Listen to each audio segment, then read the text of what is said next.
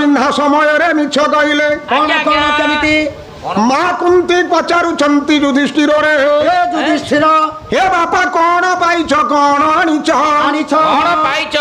ଯୁଧିଷ୍ଠିର ଆଜ୍ଞା ସେତେବେଳେ କହିଲେ ମା ଅପୂର୍ବ ଫଳଟିଏ ପାଇଛୁ।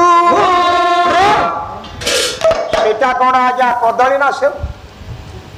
ଯୁଧିଷ୍ଠିର ସାନ ମଝିଆ ଆଜ୍ଞା ଲାଖ ବିନ୍ଧିକି ଝିଅଟିଏ ଆଣିଛି ମା ବୋହୁ ମାଟିଏ ଆଣିଛି ବୋଲି କହିବାକୁ ତାଙ୍କ ତୁଣ୍ଡରେ ଆଜ୍ଞା କହିପାରିଥାନ୍ତେ। ଆଜ୍ଞା ସେ କହିଲା ଯେ ଅପୂର୍ବ ଫଳ କେମିତି ଫଳ କଣ ଆଗରୁ କିଛି ଫଳେ ନା ଆଜ୍ଞା ଗୁଡାଏ ଫଳ କହିଲା ମା ଅପୂର୍ବ ଫଳଟିଏ ପାଇଛୁ ପାଇଛୁ ଏ ସରଳ ନିରୀହା ଜନନୀ କହିଲା ଧନରେ ଧନରେ ଯଦି ଫଳଟିଏ ପାଇଛ ବାପା ଏକା ଖା ନାହିଁ ପାଞ୍ଚ ଭାଇ ବାଣ୍ଟି କରି ଖା।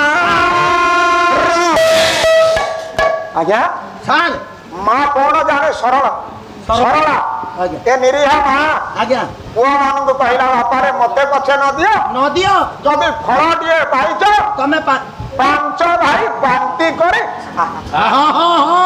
ମା ଆଜ୍ଞା ଫଳ ଭାବିକି ଏ କଥା କହିଛି କହିଛି ହେଲେ ଆଜ୍ଞା ଯୁଧିଷ୍ଠିର ବିଚାର କଲେ ମା ତ କହିଛି ଆଜ୍ଞା ପାଞ୍ଚ ଭାଇ ବାଣ୍ଟି କରି ଖା।